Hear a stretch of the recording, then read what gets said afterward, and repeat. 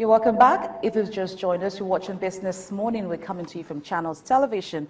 I am Bolaji Akinwale. It's now time to begin our discussion, which is on the agriculture sector, taking a look at the World Food Day, which has been commemorated every year by the Food and Agriculture Organization. And this year's theme is family farming, feeding the world, caring for the earth. To what extent have we been able to care for the earth and feed the world? And I'm being joined on the show by Alfred Uwereka. He's an agriculture expert. He's to my far left. Good morning, and thank you for coming. And to my immediate left is Abiodun Oladapo. He is a member of the Lagos Chamber of Commerce and Industry Agriculture Group. Thank you for coming on the show. Thank you so much. I'm going to start with Alfred, and I'd like us to look at the theme of this year's World Food Day. Family farming, does that strike any bell at all? Does that ring a bell in you in terms of the fact that families are now being looked upon to feed the world? We're seeing increased attention being placed on that. I think it's more of just nomenclature. Subsistence farming over the years has been family farming, but it's a way of redefining it for the interest of giving it a proper perspective. So family farming is always saying the family is a nucleus, and most of the agricultural activities that go on is based on family farming. So I don't know if there's anything to the contrary, but that is the way the World Food Program is looking at now. Because if we remain at a subsistence level, it's the family that's actually farming. The days of cooperatives and all that are just post-mortem of that family farming. Okay, let me hear from Abiodun Oladapo. Thank you so much. You know, the current situation of things in the world is now that people are now trying to really move from the mechanized farming because they now believe more in organic farming. Organic farming means you allow nature, full nature now, to provide food for you rather than now having that kind of artificial, fertilizers, herbicides, whatever you have. So they will now want to really recognize the smallholder as well to complement what the bigger, players are really putting into the show. Do you think that people will really want to go by allowing nature to take its course, owing to the fact that we've had soil degradation over the years, we've seen climate change having its toll on our soil? Do you think we should just rely on nature, or should we help nature? Well, thank you for that. The question is, how do we come to that position itself? If nature will be able to really feed the teeming population, then we will have left nature to continue to really, play that role. But because look at the population keep on increasing at geometric, rate every time, research have to really come into play. How do we feed this teeming population? That's how, the mechanized farming came into play. That is how they now have to really look into getting a higher yielding, seedlings. That's how they have to really look into really making even the livestock to be able to produce more than they could have if we had been left to nature itself. But looking at it, I say, well, health is another issue. That is why when you look at the theme, it says caring for the health. It means we have to really balance between the two. So there's no way we can leave the thing entirely to the nature, but at the same time, you have to really strike a sort of balance between the two extremes. Alfred, let me come to you. We've been told that more than 500 million family farms are managing the world's agriculture, land and produce. Now, to what extent have that impacted on the need to reduce poverty to the hundreds of millions of people around the world?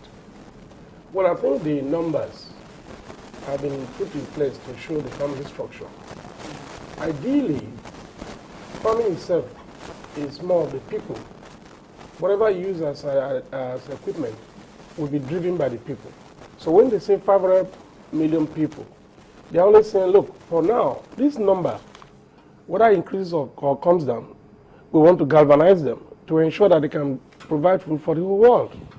At the moment, it is possible to do it if you look at the structure of agriculture. With 500 million people, as you look at what happens in US, you don't have such a large number. But what happens in US is coordinating activities. So while you are trying to increase the number, it may not be too necessary. But what is required is processes. How do you make sure the fewer people farming can still feed the world? And I think it's possible, and that's what is happening all over the world now, particularly in places where land is an issue. So it's critical that we identify processes. Once you have the processes right, the number of farmers do not really begin to matter. Okay, Abiodun, I just want us to talk about the issue of innovation in agriculture development. If you look at since the establishment of the FAO in 1945 to now, what level of innovation do you think has gone into agriculture development the world over now? Well, it has been a serious concern, and that is why when the FAO came into play as a critical arm of the United Nations. We are not an issue that would not have been created. That's one big as it is. I think the theme is recognizing the poverty-stricken society. It is not in the advanced nations like America, like a good part of European countries and the like, but recognizing that here, the smaller holders also can play a serious role. If everybody is able to really play, feed his own household, it means poverty will have been reduced drastically. And you will remember, Operation Feed the Nation and the like in this country really centralized, or focus on such kind of activities. Now to say, if you are able to really feed yourself, plant at the back of your house, some vegetables, and rear some birds and the like, then you're able to really at least take off from the demand. You will have gone down to the market to go and look for what really satisfies. Alfred, I know that everyone is trying to reduce poverty and feed the hungry people around the world, but let's come home a little bit. Let's assess how we've done in Nigeria, because while we talk about what's going on in the global scene, let's also take a look at our own government. How have we been able to reduce poverty in our land? I think some of the sequences of poverty identification is always focused on agriculture. You find because we have a population, we have arable land, we have nature as an advantage to us. When you look at the sunshine we have, the idea is take advantage of what you have. So in the process, every government that has come to power always says we are promoting agriculture. It's more of what is it that you do as an implementation. Now, the current government in power have really done something to be identified with. That of the issue of the GS, the one of distribution of fertilizer, reducing the chain to the extent that the average farmer is now able to get fertilizer just when it's needed. And that has made the whole environment look as if there's a huge turnover now in food production. And additional to that, based on themes and programs we've been doing, what happens to your post-harvest? Because if you suddenly have a volume and you're not able to market it, then you are going to deterioration. Because the weather provides for growth. The same weather could be catastrophic in your storage. I mean, you look at fruits, they won't stay beyond the time unless you have a means of managing them. So storage are beginning to spring up. And recently, the government came out with a policy of trying to get storage units. You must have seen the various policies of storages for grains, storages for this, but there's a limit. What is most paramount to all of us is that while that storage is going on, we must begin to assess possibility of enhancing processing. So some of the talks going on in cycles in government cycle now is, yes, you've been able to get volume. What happens next? How can we have this product available at any point in time? Because they are seasonal. So I think that is where the current battle has just started. We've had sessions with government to say, look, begin to think of what they call industrial agriculture. That is, you go into processing. I'll give you a simple example. If you can turn your fruits into paste, and of course it's stored, and that's what you have today when you have breweries using malts. Those malts have been processed fruits also and kept over time. And once you have that, it means food will be available all the year. If you are in US and all that, you keep wondering, there's food all the time. And this food is in the shop, all looking bright. It is the power of storage. So we think that the government haven't done well in terms of cropping. You hear all the types of cassava empowerment. You hear recently that cassava is taking so much share into our bread. It means that we begin to add value to the chain of cassava production. So if we don't use the product, then the products will go into waste. And of course, the idea of feeding the populace will be defeated. So we think, as the government is moving, processing is the destination. And once you process and store over time, you can market this product and the prices will remain almost stable. And food will be available for everybody.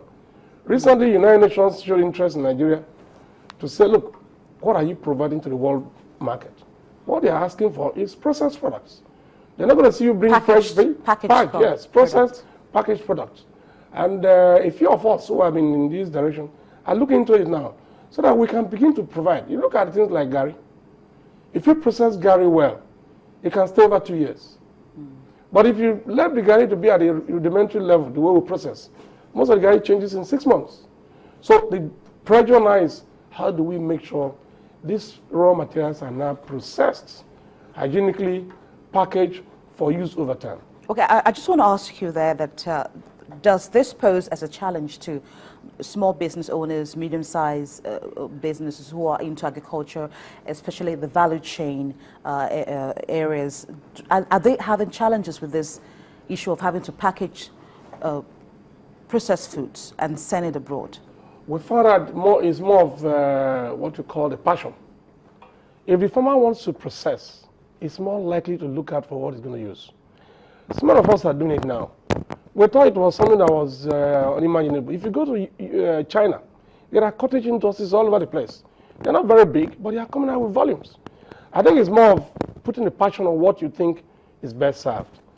Recently, we had discussions with some fish farmers all over the place, and we discovered they were going to face glut because they didn't have a secondary use of the fish. So we said, okay, can we move this product to a use beyond 1 week? Because if once you harvest fish, it has to stay in a medium, and you start having mortality issues. So today they are processing fish. If you look at fish now, it can be processed at the point of production. It's just a matter of what technology you want to use. All you do is derive that technology. It is not very expensive. It's more of having to decide what serves you within your environment. We process locally. If you look at some of our farmers in those days, they have some small sheds, or they make small fires. They use drum to smoke things. And all this they are doing is to preserve the product over a period of use. So if a farmer processes a product and they can keep the product in use after harvest over 1 month, we are beginning to make progress. And over time, people are now moving on to the extent that we're now having 2 years shelf life without any additive. So those are the value that will be coming to the processing zone, and it's going to give you volume. In fact, Nigerians are beginning to export processed and packaged products. Hitherto, we're exporting commodities and send to our economies abroad, who will now form that processing thing and send back to us. Here. And you know, it's going to be a battle. In the sense that some of us, when we send goods abroad, the first of all to tell is not hygienic. It's natural way of saying in the industrialized world, I mean, in the low economies, they are not as hygienic. But we're proving it. Is it related to the issue of standards? Are we meeting up with the standards required? Who creates the standards? If the product you are producing is for the Nigerians or Africans in diaspora, the standards have been here. Most of the times with standards has to do with the quality of the product being available over time. If the product is not good, definitely you can identify it. The analysis. So what is happening to us is more of packaging. Okay, I hope we can get back to that. Let me quickly come to Abiodun Oladapo. I'd like us to talk about the issue of land in agriculture. Are farmers still having challenges with cultivating land? Do they have enough land to use, whether on a commercial basis? That is a very interesting question. If you live here now, you are going to Ibadan. From here to Ibadan, what percentage of land is cultivated? So low. It's the issue of policy. It's your policy. The government really need to really come to terms, with reality on ground and really put up its own policy that can encourage real, farming to take place in Nigeria. There's sufficient land. The land is an asset you cannot increase or decrease. But now, the issue is people are not really using that land because there are so lot of bottlenecks involved in getting land to be used, for agricultural practice. And there's a need for government now to really, synchronize its own policies within the federating unit, that is the local government, the state, and the federal. A situation where the federal government sits in Abuja and think it can really come up with a policy and be using that policy now to really drive agriculture that take place in the rural areas. I'm not too sure. That one will really encourage full participation. Well, I've seen the agriculture minister and Minister for Agriculture and Rural Development trying to go into the interlands to see how to encourage these farmers in the rural areas to cultivate their land. Is that not making any form of impact?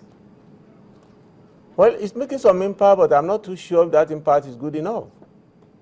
Because when you talk of enterprises is a reaction to the reward on your effort.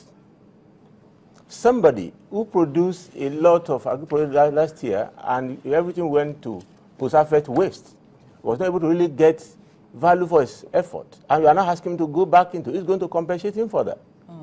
All over the world, we know, that agriculture is subsidized and the post-harvest issue have to be addressed by government. All right. The issue of the post-harvest, we'll go back to it after the break. I'd like you to hold the thought for us for a minute. Alfred Owereka, an agriculture expert, and Abiodun Ladapo is a member of the Lagos Chamber of Commerce and Industry Agriculture Group. We've been talking about the agriculture sector, taking a look at the World Food Day being celebrated by the Food and Agriculture Organization. We'll be right back.